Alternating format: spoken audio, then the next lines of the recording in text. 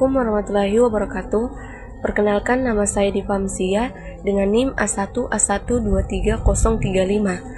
Saya dari kelompok 2. Di sini saya akan menjelaskan materi saya dengan judul pengaruh nilai tukar rupiah, harga BBM, biaya transportasi, dan indeks harga pangan global terhadap inflasi di Indonesia. Adapun tujuan penelitiannya yaitu tugas ini disusun guna memenuhi tugas final mata kuliah ekonometrika. Tujuannya adalah untuk menganalisis secara statistik bagaimana fluktuasi nilai tukar rupiah, harga BBM, biaya transportasi, dan indeks harga pangan global mempengaruhi tingkat inflasi di Indonesia dengan menggunakan data triwulan dari tahun 2011 hingga 2023. Cakupan data penelitian. Periode waktu yang digunakan yaitu 2011 sampai 2023 dengan menggunakan data triwulanan. Adapun variabel independennya yaitu menggunakan 4 variabel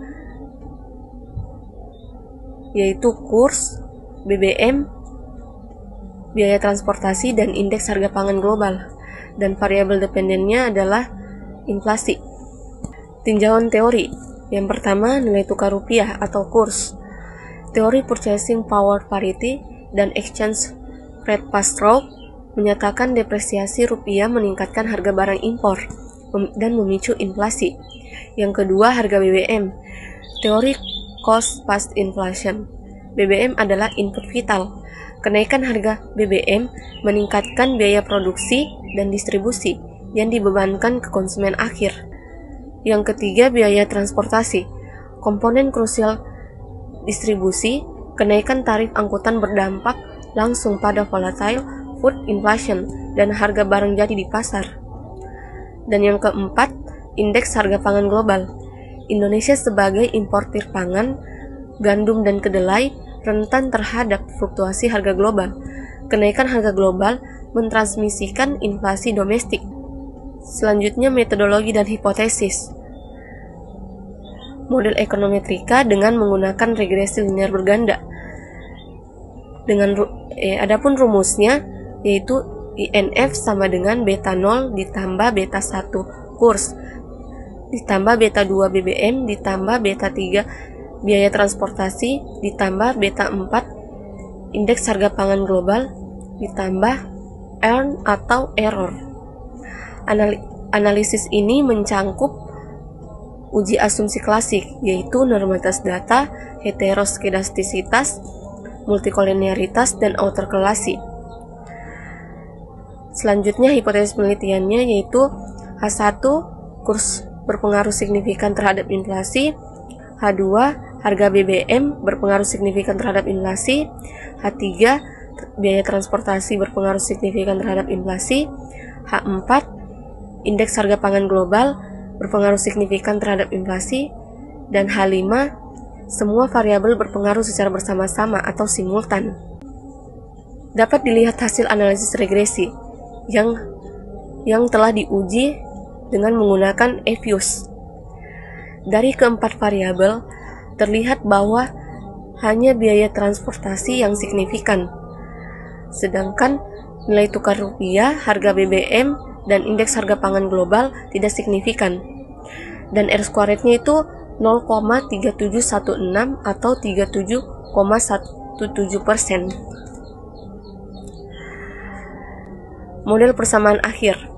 Berdasarkan hasil regresi, persamaan matematis yang terbentuk adalah INF sama dengan min 0,0128 kurang 1,59 dikurang 6,89 ditambah 5,57 ditambah 7,93. Adapun temuan kuncinya yaitu terletak pada biaya transportasi, di mana biaya transportasi ini merupakan satu-satunya variabel yang terbukti memiliki pengaruh positif dan signifikan terhadap inflasi dengan nilai probabilitas 0,013. Setiap kenaikan indeks biaya transportasi secara langsung mendorong inflasi melalui mekanisme cost pass, sesuai dengan teori ekonomi. Mengapa variabel lain tidak signifikan? Yang pertama itu nilai tukar rupiah atau kurs. Intervensi Bank Indonesia dan rendahnya pass-through efek pada periode ini meredam dampak depresiasi. Yang kedua, harga BBM. Subsidi pemerintah yang masif seringkali menahan harga BBM domestik agar tidak berfluktuasi mengikuti harga minyak dunia, sehingga korelasi statistik menjadi lemah. Dan yang ketiga, indeks harga pangan global.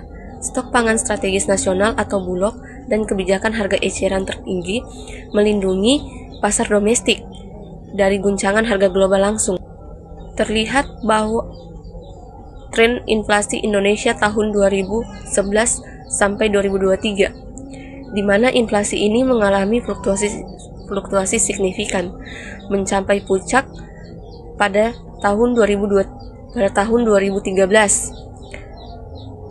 yaitu 8,4%, dan 2022 5,9%, namun rendah pada saat pandemi 2020, yaitu 1,4%. Jadi kesimpulannya, variabel independen menjelaskan 37% inflasi, sisanya 62% dipengaruhi faktor eksternal lain di luar model.